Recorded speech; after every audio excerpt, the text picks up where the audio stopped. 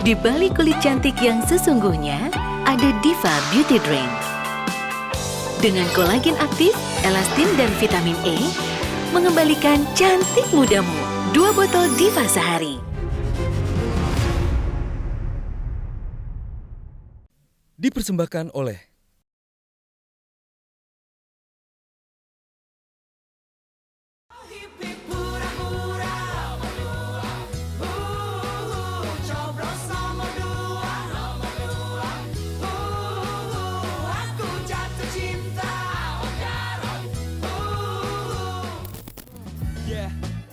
Anis Sandi, salam bersama.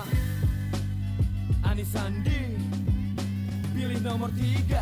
Salam bersama. Anis Sandi, baju bersama. Anis Sandi, pilih nomor 3.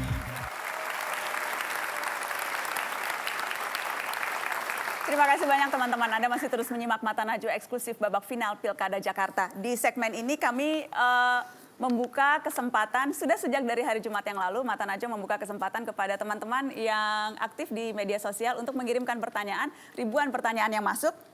Dan saya akan tanyakan ke masing-masing kandidat. Aturan mainnya seperti ini, Pak Anies dan Pak Basuki. Kami sudah memilih 4 pertanyaan. Pertanyaan pertama bisa ditanggapi 1,5 menit. Kemudian nanti akan ada tanggapan dari kandidat lainnya 1 menit. Dan jawaban lagi dari kandidat yang diajukan pertanyaan yang awal 1 menit. Jadi 1,5 menit, 1 menit, dan 1 menit. Kita durasinya ketat, tidak ada diskusi terbuka di segmen ini. Pertanyaan pertama untuk Pak Ahok. Ini datang dari Twitter, kita akan tunjukkan di layar. Untuk Pak Ahok, reklamasi sudah dibatalkan PT UN. Apa mau tetap dilanjut? Melanggar hukum dong. Gimana nasib nelayan? 1,5 menit, waktunya untuk Anda. Ya, tentu kita harus taat kepada putusan hukum ya. Kalau PT UN mengatakan itu dibatalkan, kita harus ikut. Tapi dalam koridor hukum juga bisa mengajukan banding. Misalnya ada satu pulau dalam banding, kami menang lagi. Nah itu yang terjadi dalam proses hukum. Sebelum inkrah, ya kita harus ikutin proses hukum. Karena orang sudah masuk. Untuk nelayan bagaimana? Kalau kita lihat desain tanggul utara kami. Tanggul kan 3,8 meter tingginya. Itu 128 km, itu semua nelayan ditempatkan di depan. Termasuk buat tambat kapal, dari Cilincing sampai Tanjung Priok. Lalu yang di Angke, di Muara Baru, itu juga dari tanggul akan punya tanah 12,6 hektar. Itu juga nelayan akan tempatkan di sana, termasuk pengolahan ikannya. Di Angke juga sama, kita juga ada kanal-kanal buat nelayan. Nah sebetulnya pulau reklamasi waktu itu, kalau diteruskan, 15% dari harga penjualan setiap meter tanah mereka itu dipakai buat bangun ini semua sebetulnya. Untuk menolong nelayan. Lalu reklamasi ini, semua pulau yang reklamasi sertifikatnya milik DKI. Dan DKI punya 5% juga di dalam. Dan ini akan menyerap 1 juta tenaga kerja. Dan dari uang yang kami hitung selama 10 tahun, kalau dengan 15% tadi, itu bisa dapatkan 158 triliun. Sayangnya ada oknum DPRD yang ketangkap itu loh. Pengen batalin pasal itu aja masalahnya. Jadi rame gitu. Baik, sudah habis waktunya 1,5 menit. Pak Anies, ada tanggapan 1 menit, silakan. Kalau saya sederhana sekali, bahwa reklamasi ini ketika dibuat Kepres tahun 57, tahun 95, dikatakan wewenang sepenuhnya ada pada Gubernur DKI Jakarta. Kalau lihat gambarnya di Kepres itu beda sekali dengan gambar yang pulau-pulau sekarang ada. Sangat berbeda dengan apa yang ada di Kepres itu. Poinnya adalah reklamasi ini harus mencerminkan keadilan. Kita menginginkan ini dimanfaatkan untuk kepentingan publik sebaik-baiknya. Karena itu kalau saya tidak akan naik banding. Justru tadi ketika ditanya awal apa yang akan dibatalkan, salah satunya justru ini. Kita ingin mengubah apa yang sudah menjadi aturan Kepres itu, pemanfaatannya untuk warga Jakarta. Bukan untuk sekelompok kepentingan bisnis. Dan ini yang menarik dari sini. Bagaimana gubernur cepat sekali ketika memfasilitasi kebutuhan-kebutuhan yang orientasi komersial. Tapi ketika menyangkut pada warga kebanyakan, yang kecil, yang lemah, justru lambat. Disitulah kenapa kita menyatakan beda. Dan Waktunya posisi kita sudah jelas, habis. kita tidak akan naik banding. Pak Ahok, 1 menit untuk menanggapi. Tugas saya itu adalah mengadministrasi keadilan sosial sebetulnya. Pulau itu yang akan membuat kejadian pertama di Jakarta. Orang bangun rumah mewah, ada 5% tanah yang bisa dijual. Itu adalah apartemen untuk isi pegawai mereka. Kaum milenial tinggal di pulau dengan harga subsidi kami. Kenapa bisa subsidi? Tanahnya model pampasan, bangunnya pun modal pampasan sebetulnya. Jadi yang kami lakukan itu adalah ngambil uang dari developer yang kaya, membangun yang miskin sebetulnya. Jadi di mana mengatakan kami membela yang kaya. Orang mereka juga ribut kok. Kalau nggak ribut, udah nggak terjadi sogok menyogok menghilangkan 15%. Yang ada partai ketangkap itu kan. Nah itu yang terjadi. Dan ini reklamasi juga apa yang dilakukan tahu nggak? Itu tanah kalau orang kaya beli rumah di situ. Tiap 20 tahun, 30 tahun mau nyambung sertifikat. Kena bayar 5% dari NJOP. Waktunya sudah Bayangin habis. aja duitnya dapatnya. Kita beri aplaus untuk masing-masing kandidat. Itu pertanyaan dari sosial media. Yang berikutnya pertanyaan kedua, yang ini untuk Pak Anies, nanti waktunya 1,5 menit dan Pak Ahok menanggapi 1 menit dan Anda lagi menjawab 1 menit. Kita akan tunjukkan di layar pertanyaannya. Pak Anies terkait isu SARA soal tudingan munafik, tamasya Al-Maida dan larangan mensolatkan jenazah. Mengapa terkesan membiarkan isu itu? Apa karena isu itu menguntungkan bagi Bapak? 1,5 menit Pak Anies. Ya. Setiap warga negara memiliki hak yang sama untuk dipilih dan memilih. Itu kunci nomor 1. Yang kedua, kita justru mengeluarkan surat khusus tentang ini. Padahal bukan pendukung kita yang melakukan, bukan tim kita yang melakukan. Tapi kita tegaskan bahwa kita sampaikan pada semua, jangan ancam-mengancam. 1, mengancam membatalkan KJP jika gubernurnya diganti.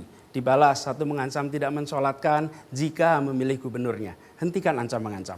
Tapi kemudian saya ingin ingatkan pada semua, ini suratnya ada, bahkan tertulis pernyataan soal ini, disebarkan semua. Yang sebenarnya kita tidak punya tanggung jawab konstitusional, ini tanggung jawab moral. Tapi yang tidak kalah penting, apa sih sumbernya ini semua? Pernyataan-pernyataan tak perlu dari Pak Basuki. Ini bukan barang baru kok, berbeda agama maju pilkada. Yang problem adalah provokasi yang tak henti-hentinya. Kita tahu peristiwa di Kepulauan Seribu yang menghasilkan ini semua. Sesudah itu masih ada rekaman. Wi-Fi dengan nama Al-Maidah, passwordnya kafir. Nggak perlu. Terus ngomong lagi, nanti di surga tidak lagi di bawah telapak kaki ibu. Pernah disebut di lantai 7 Alexis. Nggak perlu itu. Atau mengatakan minggu lalu bahkan. Minggu lalu di Kick Andy. Bahwa surga tak lagi ditentukan di bawah kaki ibu, tapi ditentukan nomor pilihan. Ini pejabat publik, ini seorang gubernur, ini calon gubernur, memunculkan terus pernyataan-pernyataan yang nggak perlu. Efeknya apa? Kita semua disalahkan ketika ada kebakaran. Baik. Sementara sumber kebakarannya waktunya sudah terus-menerus. habis, Pak Anies. Silakan ditanggapi Pak Ahok 1 menit. Ya, saya memang selalu dituduh terus gitu ya. Padahal proses sidang itu kan masih proses. Apa yang kita lakukan? Kita udah lapor ke Panwaslu. Nyata-nyata ada oknum RT yang meminta memilih nomor 3 kalau mau disolatin. Tapi kenapa kami begitu tenang? Karena berapa kiai dan ustadz teman-teman saya yang muslim mengatakan nyolatin jenazah itu adalah ibadah dan dapat pahala. Jadi orang Jakarta nggak usah takut kalau diancam nggak disolatin. Pasti semua orang akan berebut menyolatinnya. Jadi saya kira bukan gara-gara saya gitu loh. Terus kalau terus diangkat seolah-olah gara-gara saya kan bilang peristiwa itu udah dialamin dari Belitung Timur kok. Saya udah biasa menghadapi orang kalau yang programnya nggak jelas pasti mainnya di agama. Dan ini mungkin oknum Pak Anies mungkin enggak. Tapi oknum tim sesnya mungkin lakukan. Saya nggak tahu. Tapi ini fakta yang pasang spanduk itu lebih vulgar daripada di Bangka Belitung. Tapi ya sudahlah. Saya ikhlas kok kerja buat orang Jakarta kok. Tenang aja. Waktunya habis. 1 menit. 1 menit Pak Anies untuk menanggapi. Kita tahan dulu aplausnya sampai selesai. Pak Anies 1 menit. Tidak ada gambar-gambar itu sebelum putaran pertama. Ini ancam-mengancam itu muncul. Karena itu saya garis bawahi. Saya tadi mengatakan, nggak perlu itu pernyataan-pernyataan itu muncul.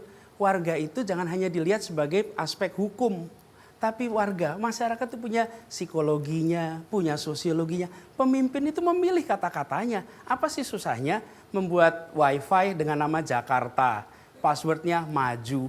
Kan baik. Kenapa harus pakai kata-kata, kutipan-kutipan agama yang bukan agamanya dan dipakai seloroh? Bukan soal benar salah, ini sensitif dan tidak sensitif. Ini memahami psikologi orang dan tidak. Dan disitulah letaknya kepemimpinan. Kepemimpinan itu datang dengan pesan-pesan yang membuat warga merasa tenang. Yang sekarang terjadi tidak. Orang jadi kemudian berdebat. Sesuatu yang nggak perlu diperdebatkan. Tetapi kenapa terjadi?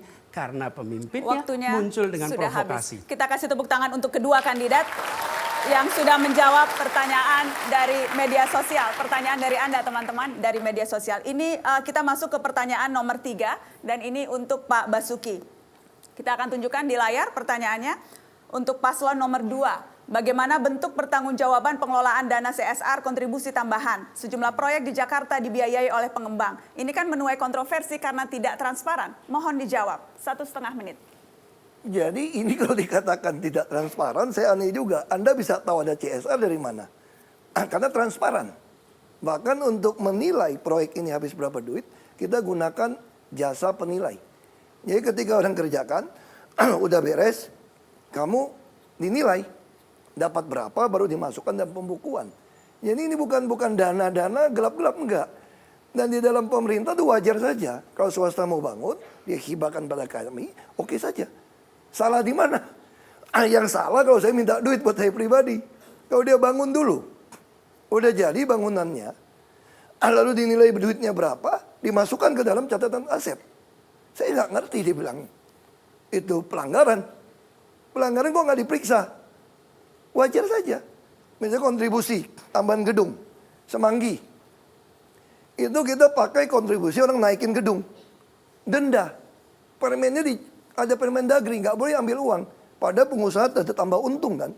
Tambah untung ya kita kerjasama dong. Ada untung tolong bagi ya. Bukan bagi uang loh. Bagi infrastruktur yang dinilai. Nah Semanggi dibangun kenapa cepat? Pak Anies bilang kenapa cepat? Itu karena pakai uang ini. Kalau pakai APBD nggak selesai 4 tahun. Perancangan, detail, macam-macam. Tapi dengan model ini lebih murah, lebih cepat. Uangnya dari mereka. Lalu dinilai dari penilai, masuklah ke dalam aset APBD. Waktunya sudah habis. Terima kasih Pak Ahok. Anda bisa menanggapi 1 menit Pak Anies. Menurut saya menarik ini.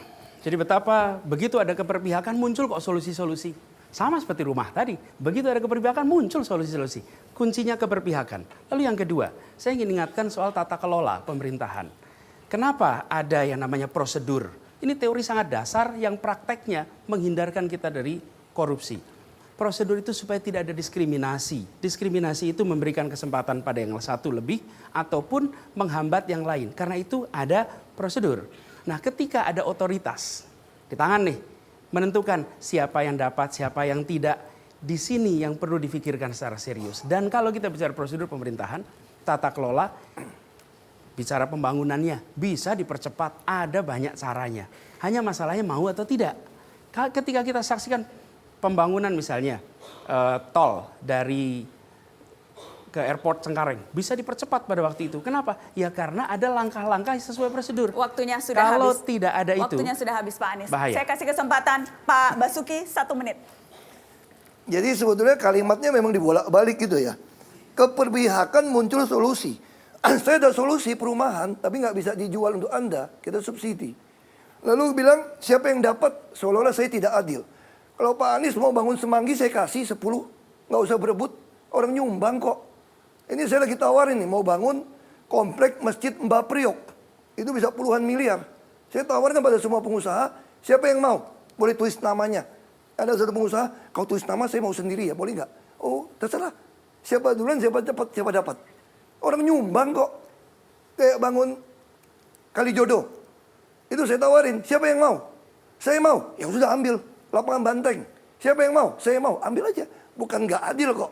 Kalau pakai duit kami, baru mesti lelang. Mesti tender. Tapi kalau pakai duit Anda, yang mending barangmu bagus, kami bikin kualitas. Kalau nggak bagus, kami nggak terima. Itu bukan tidak adil. Waktunya adil. sudah habis. Kita beri tepuk tangan untuk kedua kandidat. Baik, ini adalah pertanyaan dari sosial media juga dan ini untuk Anda, Pak Anies. Kita akan tunjukkan di layar pertanyaannya. Untuk paslon 3, katanya kampanye Anies Sandi gerakan rakyat, tapi mayoritas yang nyumbang kok Sandi sampai 62 miliar. Mana gerakan rakyatnya? 1,5 menit, silahkan. Ya, kita bersyukur bahwa ada seorang pengusaha yang sudah berhasil dalam usia muda seperti Bang Sandi. Yang kemudian memilih, dia bisa aja kok hidup nyaman, jalan ke seluruh dunia, keliling kemana-mana dengan dananya. Dia memilih apa? Memilih untuk ikut bekerja buat Jakarta. Dan ketika itu dilakukan, bukan biaya yang sedikit, dan kita tahu itu. sah saja bagi seorang pengusaha dengan ukuran dimiliki justru membiayai. Kenapa ini seperti bayar balik jadinya? Rakyat sumbangannya kalau Anda lihat luar biasa. Kenapa spanduk kita beda-beda di mana-mana? Karena itu bikinan rakyat di mana-mana. Biaya jauh lebih besar daripada angka 62 miliar. Tapi angka ini yang dari Bang Sandi itu justru kita melihat kita tidak punya kebergantungan. Satu, ini dia sudah selesai dengan dirinya, bisa terlibat. Yang kedua, kami tidak punya hutang budi. Jadi karena itu keberpihakan kami bisa apa? Full pada rakyat. Kenapa? Karena perjalanan ini pun hutangnya itu bukan pada siapa-siapa. Dan artinya apa? Aturan akan bisa ditegakkan dengan baik. Jadi dengan dana seperti itu gerakan bisa dibangun. Di semua masa selalu ada dana. Bedanya kita tunjukkan terbuka. Di tempat-tempat lain yang terjadi dananya besar-besar. Tapi ada kamuflasenya. Kalau ini nggak pakai kamuflase memang benar kok. Dananya dari Bang Sandi dan kita pertanggungjawabkan dengan sebaik-baiknya. Baik, waktunya kemudian saya berikan ke Pak Basuki 1 menit untuk menanggapi. Saya nggak ngerti gitu ya. Kalau satu pribadi keluar uang gitu banyak, apa dia nggak nagih? Apa dia nggak minta tanggung jawab? Justru yang kami lakukan, ini rakyat yang sumbang. Bahkan datang ke rumah Lembang itu nyumbang. Tiap hari 100 jutaan. Mereka nyumbang. Foto sama saya nyumbang. Itu kecil-kecil gitu loh. Jual baju nyumbang. Itu yang saya maksud. Supaya kita tidak berhutang budi pada si A, si B. Kita bisa lihat karakter kita kok. Selama saya jadi pejabat, ada nggak saya membalas budi orang per orang? Semua perizinan perusahaan itu kami upload ke YouTube. Jadi orang tahu kenapa ya, kenapa tidak. Nggak ada tertutup. Ini yang kami katakan tanggung jawab. Makanya kenapa saya gagas kampanye rakyat. Saya ingin rakyat yang nyumbang. Orang saya ngelamar kerja kok. Ngelamar kerja pada rakyat yang nyumbang. Ya mudah-mudahan aja rakyat nggak mecat saya gitu. Karena udah ada yang mau mecat saya gitu kan. Waktu sudah habis. Pak Anies, tanggapan 1 menit. Dalam kenyataannya kita tahu jauh lebih besar daripada itu. Kita bicara justru kita jujur nih terus terang ditunjukin nih. Dari Bang Sandi dan kekayaan dia jauh lebih besar daripada itu semua. Ini small fraction kalau bicara ukuran. Tapi dipertanggungjawabkan dengan benar, sumbernya jelas. Bahkan saya ingin garis bawahi, dengan cara seperti ini, maka iuran yang terjadi bukan ke kami. Warga itu bukan nyumbang ke kita. Warga itu melakukan apa? Iurannya di kampung masing-masing. Di tiap kita ada pertemuan Reboan. Cara yang dilakukan Pak Basuki ini sentralistis, ini kuno. Kalau gerakan yang baru itu desentralistis. Dilakukan oleh siapa saja, di mana saja. Bukan tersentralisir. Apa yang terjadi? Warga kumpul, Reboan, didanai di kampung-kampung. Dan kita melakukan rebutan-rebuan itu lebih dari 2.700 tempat. Tiap Rabu malam itu dibiayai oleh seluruh warga. Jadi gerakan itu muncul. Memang ini di bawah, memang mereka belum punya Facebook, memang mungkin belum punya Twitter. Tapi yang pasti itulah yang menghasilkan 40% suara kemarin. Waktunya sudah habis, kita beri tepuk tangan untuk kedua kandidat. Kita akan break. Setelah ini, Mata Najwa masih akan kembali dengan segmen penutup. Segmen penutup, perdebatan antara dua kandidat. Masih di Mata Najwa eksklusif, babak final Pilkada Jakarta. Jangan kemana-mana, tetap di sini. Dipersembahkan oleh